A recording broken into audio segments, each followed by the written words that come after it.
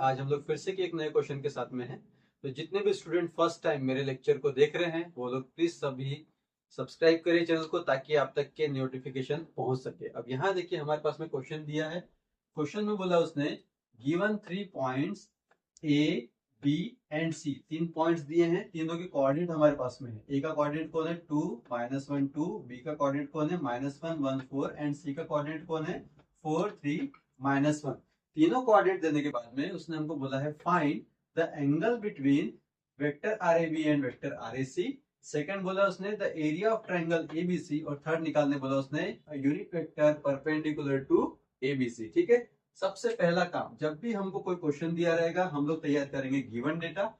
Given data में हम लोग यहाँ पर देखेंगे कि हमारे पास में दिया क्या क्या है। तो हमारे पास में दिया है, उसने पहले दिया है पॉइंट ए। पॉइंट ए की वैल्यू कितनी है 2 -1 2। इससे हम लोग तैयार करेंगे वेक्टर ए को। वेक्टर ए जब तैयार किया जाता है तो पॉइंट जो हमको दिए रहते कोऑर्डिनेट, पहला रिप्रेजेंट करता है एक्स को, दूसरा रिप्रेजेंट करता है वाई को, तीसरा रिप्रेजेंट किसको करता है जेड को। तो इसके हिसाब से जब हमारा वेक्टर बनेगा तो कैसा बनेगा, देखो 2ax, देन बनेगा हमारे पास में -1ay, फिर बनेगा हमारे पास में +2az। ठीक है, सिमिलरली फिर हम लोग b के कोऑर्डिनेट लिखेंगे, और b का कोऑर्डिनेट कौन है हमारे पास में -1 1 4 है। इससे हमारे पास में वेक्टर b तैयार हो जाएगा। वेक्टर b क्या बनेगा, देखो -1ax बनेगा, उसके बाद में +1ay बन जाएगा, उसके बाद में कौन है 4 है तो +4az बनेगा। फिर देखो c के कोऑर्डिनेट कौन है हमारे पास में, c के कोऑर्डिनेट है 4 3 -1। तो वेक्टर c जब हम लोग निकालेंगे, देखो 4x की पोजीशन पे है, इसलिए हम लोग यहाँ पर क्या लिखेंगे +4ax बनेगा हमारे पास।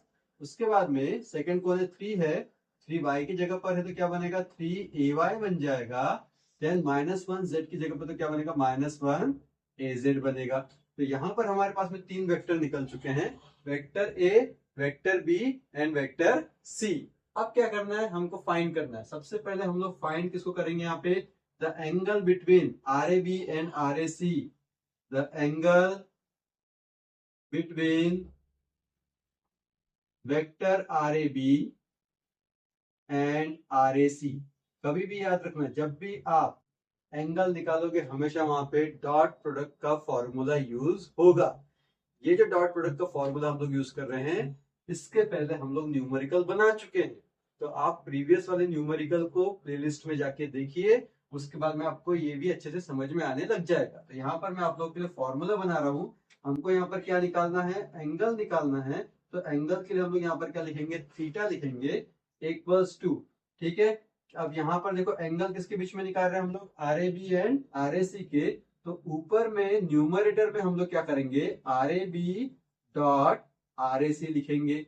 ठीक है, अब ये हमने R A B dot R A C लिख लिया।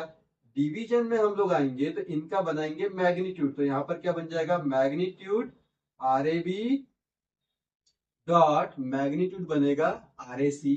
ठीक है, अब यहाँ पर हम लोग किसको निकाल रहे हैं, एंगल को। एंगल निकाल रहे हैं मतलब हमको पता होना चाहिए कि जब भी हम लोग डॉट प्रोडक्ट लगाते हैं, इसका मतलब दो पॉइंट के बीच में या दो वेक्टर के बीच में कोसाइन वैल्यू तैयार होती है। कोसाइन वैल्यू तैयार होती है, इसलिए जब हम लोग थीटा निकालते हैं तो इसका बनता है कॉस इनवर्स। समझ में आ रहा है, तो ये हो गया हमारा फॉर्मूला। एंगल का फॉर्मूला क्या बना, theta equals to cos inverse of R A B dot R A C upon में magnitude of R A B dot magnitude of R A C. ठीक है, अब क्या करेंगे, इसको ले देंगे हम लोग इक्वेशन नंबर 1। अननोन कौन है यहाँ पे, vector R A B unknown है, ये कॉस इनवर्स है। इस चीज का आपको ध्यान रखना है, कॉस इनवर्स है।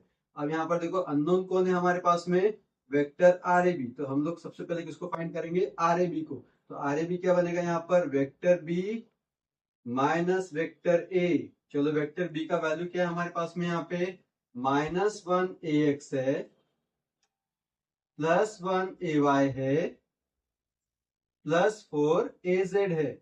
ठीक है, उसके बाद में माइनस, फिर किसकी वैल्यू लिखेंगे, वेक्टर ए की। वेक्टर ए की वैल्यू देखो क्या है हमारे पास में, 2ax है, -1ay है, उसके बाद में +2az है।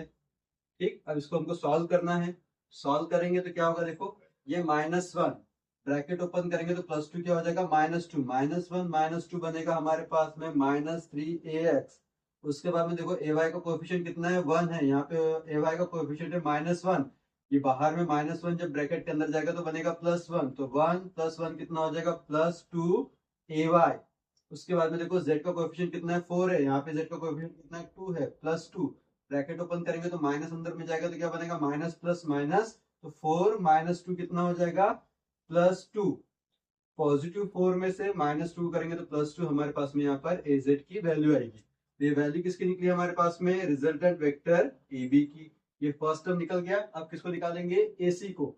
ऑल्सो हमारे पास में सेकेंड टर्म क्या आएगा वेक्टर AC के लिए क्या बनेगा vector C second term minus vector A। अब जरा देखो वेक्टर C का वैल्यू क्या हमारे पास में 4ax + 3ay -1az।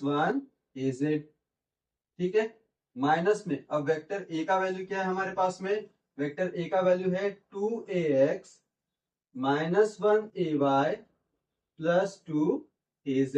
ये हो गया हमारे पास में वेक्टर A का वैल्यू। इसको हम लोग सॉल्व करेंगे तो देखो 4 - 2 ब्रैकेट ओपन करने के बाद में +2 बन जाएगा -2, 4 - 2 आएगा यहाँ पे 2ax, यहाँ पर देखिए कितना है +3 है, ये -1 है, ब्रैकेट ओपन करके तो माइनस माइनस प्लस हो जाएगा तो +1 +3 + 1 कितना होगा +4ay। उसके बाद में देखो यहाँ पर क्या है -1 है, यहाँ पर +2 है, बाहर का ब्रैकेट का माइनस अंदर जाएगा तो ये बनेगा माइनस वैल्यू, तो -1 और -2 हो जाएगा हमारे पास में -3az। तो ये वैल्यू जो निकली हमारे पास में वैल्यू किसकी निकली रिजल्टेंट वेक्टर AC की। अब मेरे पास में RAB और RAC निकल चुका है। अभी हम लोग क्या निकालेंगे इसका मैग्नीट्यूड। देयरफॉर मैग्नीट्यूड किसका निकलेगा पहले RAB का, तो यहाँ पर हम लोग मैग्नीट्यूड निकाल रहे हैं RAB। जब RAB का मैग्नीट्यूड निकालेंगे तो सबसे पहले बनाएंगे हम लोग अंडर रूट। RAB की वैल्यू देखो यहाँ पर क्या है -3ax है, तो यहाँ पर बन जाएगा -3 का स्क्वायर। जब भी हम लोग मैग्नीट्यूड निकालते हैं तो अंडर रूट बनाते हैं, उसके बाद में x के कोएफिशिएंट का स्क्वायर, y के कोएफिशिएंट का स्क्वायर और z के कोएफिशिएंट का स्क्वायर लिखा जाता है। प्लस यहाँ पर बनेगा 2 का स्क्वायर, फिर बनेगा यहाँ पे अगेन 2 का स्क्वायर। जब इसको आप सॉल्व करोगे तो आपके पास में मैग्नीट्यूड की एक वैल्यू आएगी, और मैग्नीट्यूड की वैल्यू जैसे मैंने कैलकुलेट करके रखा है वो आएगा √17। कितना आएगा √17। जब आप √17 को फिर से की कैलसी में सॉल्व करोगे तो आपके पास में वैल्यू आएगी 4.1231। ठीक है अब हम लोग आएंगे नेक्स्ट टर्म में। नेक्स्ट टर्म हमारे पास में कौन निकालना बाकी है मैग्नीट्यूड ऑफ RAC। अब मैग्नीट्यूड ऑफ RAC निकालेंगे हम लोग, अगेन वैसी कंडीशन बनेगी हमारे पास में, फिर से हम लोग किसको बनाएंगे अंडर रूट को बनाएंगे। अब जरा देखो RAC में कौन दिख रहा है x का कोएफिशिएंट 2 दिख रहा, तो 2 का स्क्वायर बनाएंगे, प्लस y का कोएफिशिएंट कौन है 4 है, 4 का स्क्वायर बनाएंगे, z का कोएफिशिएंट कौन है -3 है, -3 का स्क्वायर बनाएंगे। इसको जब हम लोग सॉल्व करेंगे तो हमारे पास में इसकी वैल्यू आएगी √29। इसकी वैल्यू 2 का स्क्वायर प्लस 4 का स्क्वायर प्लस -3 का स्क्वायर कितना आएगा √29।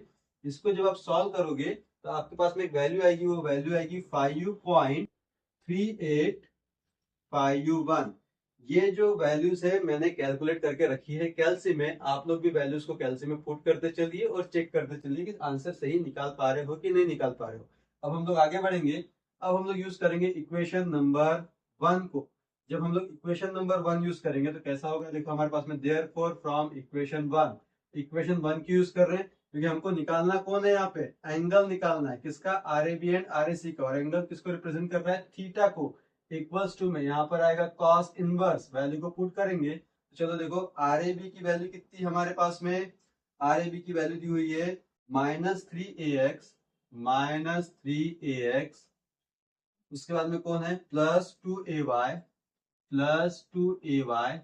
उसके बाद में वैल्यू क्या है +2az। ये वैल्यू किसकी हो गई हमारे पास में RAB की। RAC की वैल्यू देखो हमारे पास में क्या दिया है, RAC का वैल्यू है हमारे पास में 2ax। उसके बाद में +4ay देन क्या हमारे पास में -3az। यहाँ पर क्या आएगा -3az आ जाएगा। ठीक है अब आएंगे हम लोग डिवीजन में। डिवीजन में मेरे पास में वैल्यू गिवन है, आप एक तो अंडर रूट वाली वैल्यू डायरेक्टली लिखो या तो फिर क्या करो, ये दोनों वैल्यू को लिखो, किसी को भी लिखो, आंसर आपका एक ही आएगा। मैं क्या कर रहा हूँ, magnitude of R A B की वैल्यू क्या लिख रहा हूँ यहाँ पे, अंडर रूट ऑफ 17, और यहाँ पर मैं वैल्यू क्या लिख रहा हूँ, अंडर रूट ऑफ 29। अब देखो, हमको डॉट लगाना है, मतलब डॉट प्रोडक्ट का हम लोग यूज कर रहे हैं। जैसा कि आप फॉर्मूले में देख रहे हो, यहाँ पे डॉट प्रोडक्ट है। जब भी हम लोग डॉट प्रोडक्ट यूज करते हैं तो एक्स के कोएफिशिएंट को एक्स के कोएफिशिएंट के साथ में मल्टीप्लाई किया जाता है, वाई के कोएफिशिएंट को वाई के कोएफिशिएंट के साथ में मल्टीप्लाई किया जाता है, जेड के कोएफिशिएंट को जेड के कोएफिशिएंट के साथ में मल्टीप्लाई किया जाता है। तो हमारे पास में जो आंसर आएगा किस तरीके से निकलेगा, देखो ऊपर में मेरे पास में क्या बनेगा, -3 एक्स का कोएफिशिएंट, यहाँ पे एक्स का कोएफिशिएंट कितना है, 2 है, इंटू 2 प्लस, फिर यहाँ पर y का कोएफिशिएंट कितना 2 है, यहाँ पे y का कोएफिशिएंट कितना है 4 है, प्लस यहाँ पे z का कोएफिशिएंट कितना है 2 है, यहाँ पे z का कोएफिशिएंट कितना है -3 है। डिवीजन में हमारे पास में यहाँ पर क्या आएगा, अंडर रूट 17, और यहाँ पर बनेगा अंडर रूट 29। ठीक है, आप चाहे तो डायरेक्ट ये वैल्यू को पुट करके भी आंसर निकाल सकते हैं, या फिर हम लोग एक स्टेप और बढ़ा सकते हैं। कैसे बढ़ाएंगे, देखो हम लोग यहाँ पर हमारे पास में क्या होगा, -3 इंटू 2 कितना हो जाएगा, -6। ठीक है, 2 4 जा 8 एंड 2 3 जा 6, तो यहाँ पर हमारे पास में अगेन क्या बनेगा, -6। डिवीजन में कौन आ गया, under root 17 into under root of 29। जब आप इसको सॉल्व करोगे तो हमारे पास में कॉस इनवर्स निकलेगा। देखो यहाँ पे -6 कितना हो जाएगा, -12, -12 प्लस 8 कितना होगा हमारे पास में, -4 अपॉन में अंडर रूट 17, और यहाँ पर आएगा अंडर रूट 29। जब आप इसको सॉल्व करोगे तो आपके पास में थीटा की वैल्यू आएगी, और वो जो थीटा की वैल्यू निकलेगी जैसे कि हमने कैलकुलेट किया हुआ है, वो आएगा आपके पास में 100.3786 डिग्री। ठीक है, तो ये जो निकला हमारे पास में थीटा, ये थीटा कौन है, angle between R A B and R A C है। ठीक है, सिमिलरली अब हमको क्या निकालना है, द एरिया ऑफ ट्रायंगल निकालना है एबीसी का। अब हम लोग निकाल रहे हैं second term, the area of triangle, the area of triangle ABC. Previous lecture में भी हम लोग इस टाइप के न्यूमेरिकल बना चुके हैं।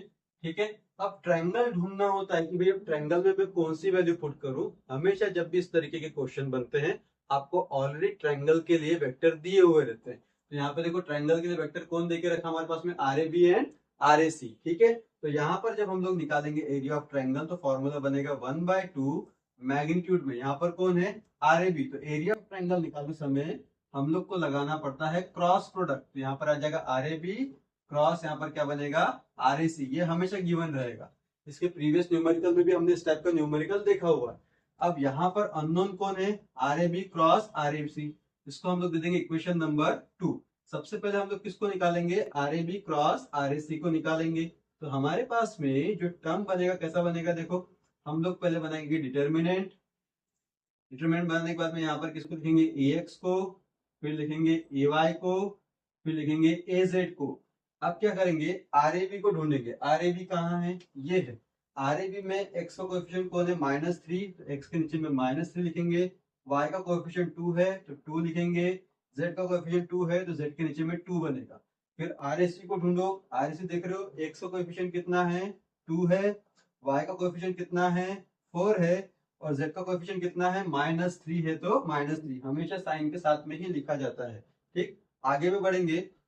इसका हम लोग डिटरमिनेंट निकाल रहे हैं यहाँ पे साइड में। देखो डिटरमिनेंट कैसे निकालेंगे, जब भी डिटरमिनेंट निकाला जाता है तो आपको ध्यान में ये रखना है कि डिटरमिनेंट में ये जो फर्स्ट फंक्शन रहता है ये हमेशा पॉजिटिव रहेगा, सेकंड फंक्शन नेगेटिव रहेगा, थर्ड फंक्शन क्या रहेगा, पॉजिटिव रहेगा। तो अभी देखो जब इसको हम लोग बनाएंगे तो डिटरमिनेंट कैसा बनेगा, देखो साइड में ax की कोएफिशिएंट को निकाल रहे हैं हम लोग।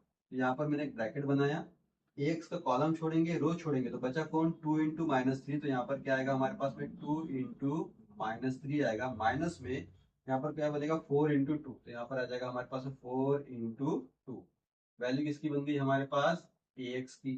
ठीक है, उसके बाद में ए वाई निकालेंगे तो यहाँ पे साइन क्या बन रहा है, माइनस का। तो यहाँ पर मैंने क्या लगा दिया, माइनस लगा दिया। ठीक है, ए वाई का कॉलम छोड़ेंगे, रो छोड़ेंगे, तो यहाँ पर क्या बना, -3 इंटू -3।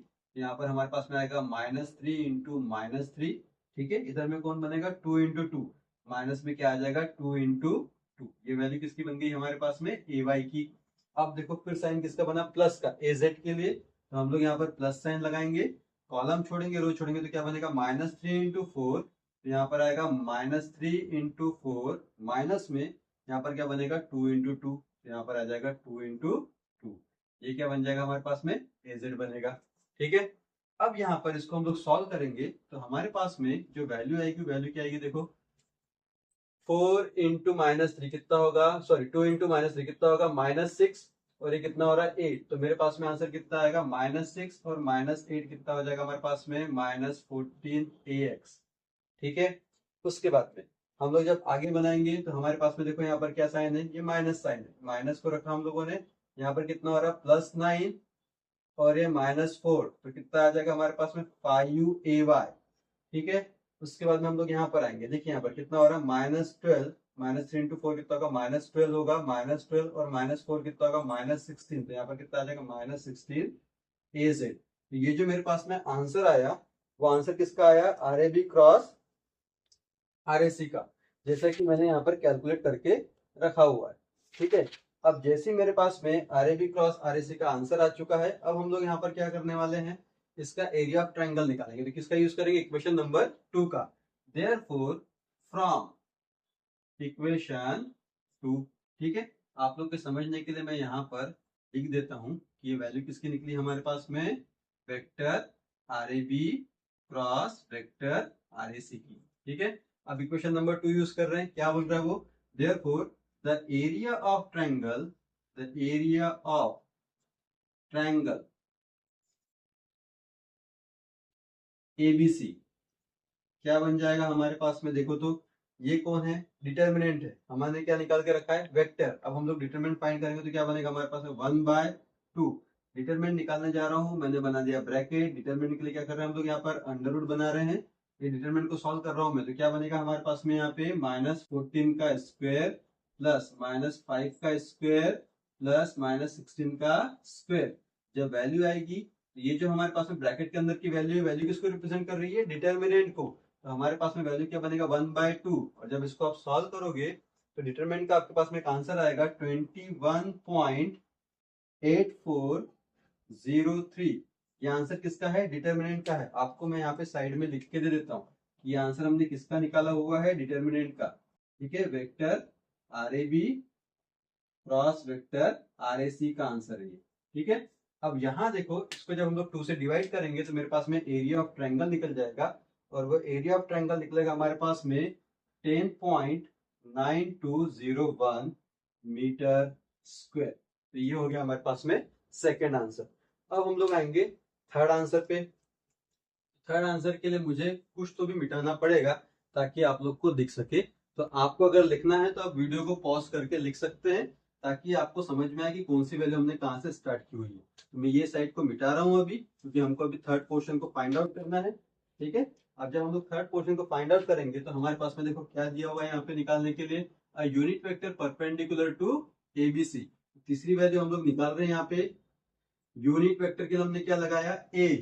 किसको निकाल रहे हैं, ट्रायंगल ABC को, तो यहाँ पर हम लोग क्या लगा देंगे, N लगा देंगे। ठीक है, और जब भी आप यूनिट वेक्टर निकालते हो, N किसको रिप्रेजेंट कर रहा है, ट्रायंगल को। ठीक है ना, अब जब भी आप यूनिट वेक्टर निकालते हो मतलब क्या करते हो, रिजल्टेंट वेक्टर को ऊपर लिखते हो, डिवीजन में क्या लिखते हो, उसका मैग्नीट्यूड। तो यहाँ पर हमारे पास में देखो ट्रायंगल को कौन रिप्रेजेंट कर रहा है यहाँ पे, RAB एंड RAC। तो ऊपर में कौन आ जाएगा आपके पास में, RAB क्रॉस RAC, ये आ गया। ठीक है, ये कौन आ गया, रिजल्टेंट यूनिट वेक्टर के लिए ट्रायंगल को रिप्रेजेंट कर रहे हैं, इसलिए हम लोग बीच में क्रॉस लगा रहे हैं। नीचे में क्या आएगा, इसका डिटरमिनेंट, तो क्या बनेगा RAB, और मैग्नीट्यूड यहाँ पर क्या बन जाएगा RAC। ऐसा लिखने की बजाय आप एक काम करो, यहाँ पे इसको आप इस तरीके से लिखो, vector RAB cross vector RAC। इसका यहाँ पर क्या तैयार हो गया, मैग्नीट्यूड तैयार हो गया। अब वैल्यू को हम लोग अप्लाई करेंगे। चलो देखो, इसकी वैल्यू मेरे पास में निकली हुई है, देख रहे हैं आप यहाँ पर कितना है, -14 AX -5 AY -16 AZ। ठीक है, डिवीजन में हम लोग आ रहे हैं। अब बारी किसकी आगे, इसके मैग्नीट्यूड की। यहाँ देखो मैंने बताया था इसका मैग्नीट्यूड हम लोगों ने वैल्यू निकाल के रखा हुआ है, कितना वैल्यू हमारे पास में 21.8403। अब क्या करेंगे, बारी बारी से इनको डिवाइड किया जाएगा और हमारा यूनिट वेक्टर निकल जाएगा। जब उसको डिवाइड करेंगे तो हमारे पास में पहला आंसर आएगा 0.6410, 0.6410 AX। उसके बाद में फिर 5 को डिवाइड करेंगे डिनोमिनेटर से, तो हमारे पास में वैल्यू आएगी 0.2289 AY, फिर हम लोग 16 को डिवाइड करेंगे डिनोमिनेटर से, तो हमारे पास में वैल्यू आएगी 0.7325 AZ, 0.7325 AZ। तो ये जो मेरे पास में आंसर निकला, ये आंसर किसका निकला? Unit vector perpendicular to ABC triangle. ठीक है, तो ये हमारा था कंप्लीट सॉल्यूशन। आपको सॉल्यूशन पसंद आया होगा। डिटरमिनेंट किस तरीके से फाइंड करते हैं, जिनको नहीं पता था उनको भी यहाँ पे अभी समझ में आ गया होगा कि कैसे हम लोग डिटरमिनेंट्स निकालते हैं। तो हम लोग मिलेंगे हमारे नेक्स्ट वीडियो में एक नए टॉपिक के साथ में। तब तक के लिए थैंक यू सो मच।